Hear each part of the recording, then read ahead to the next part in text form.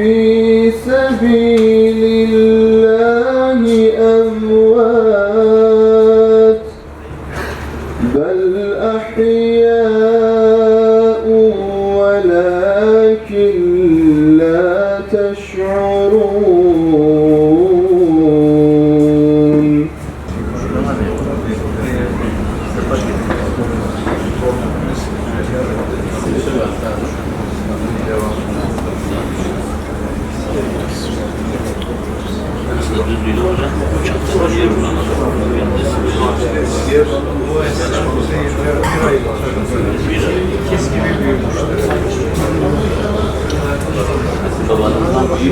Küçüğü, bizim Hüseyin'in babası.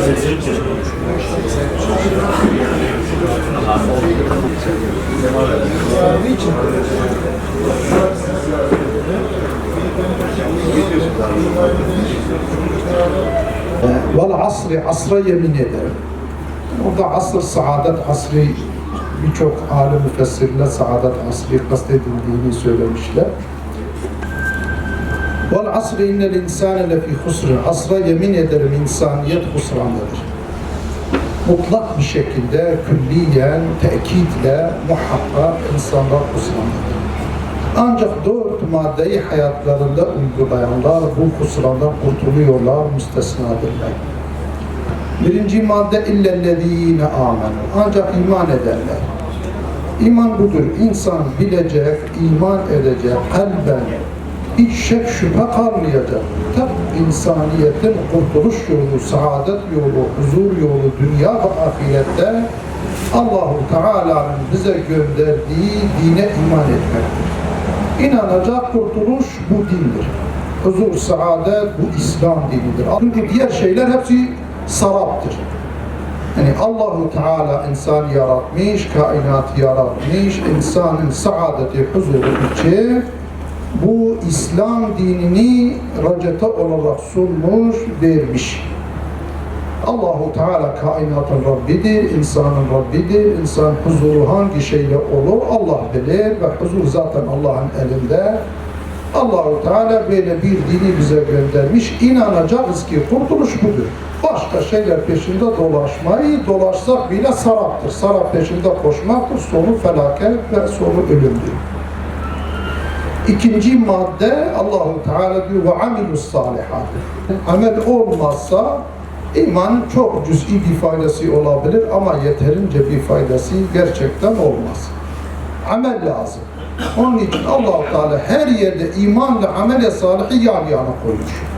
Nerede iman zikredilmişse mutlaka yanında salih amel de var. Çünkü herkes biliyor ki teori pratik içindir. Eğer pratik olmasa teori bir değeri kalmaz. O açıdan amel lazım. İnandığımız dini hayatımızda uygulayacağız. Bir de Allah-u Teala üçüncü madde olarak ve tevasav bil hak. Hakkı aranızda tavsiye edeceksiniz. Biz anlatmadan bu husrandan kurtulmayız. Son zamanlarda anlatma hemen bitmiştir. Şu anda söz belki gelebilir. Yani eğer pazarda sağlam domates yoksa millet çürük domateslere müşteri olur. Sağlam mal yoksa çürüke insan talip olur. Hak dinimizi aramızda insanlık içinde hak dinimizi anlatmasa batıl sahipleri çok iyi anlatıyorlar. Her tarafta böyle bağırarak, çağırarak her yönde anlatıyorlar. Eğer hakkı anlatmazsak çocuklarımız, neslimiz, insanlarımız, halkımız, insanlarımız hepsi batıla talip olur. Çünkü pazarda ne varsa insanlar onun peşinde koşuyor, ona müşteri oluyor. Eğer istemiyorsak insanlarımız batıla müşteri olsun, hakkı, alternatifi ortaya koymamız lazım. Şu anda iman ateş gibidir. Gerçekten imana sahip çıkan, İslam'a sahip çıkan gerçekten ateş gibidir. İnsanlar ondan çok yük ağırdır.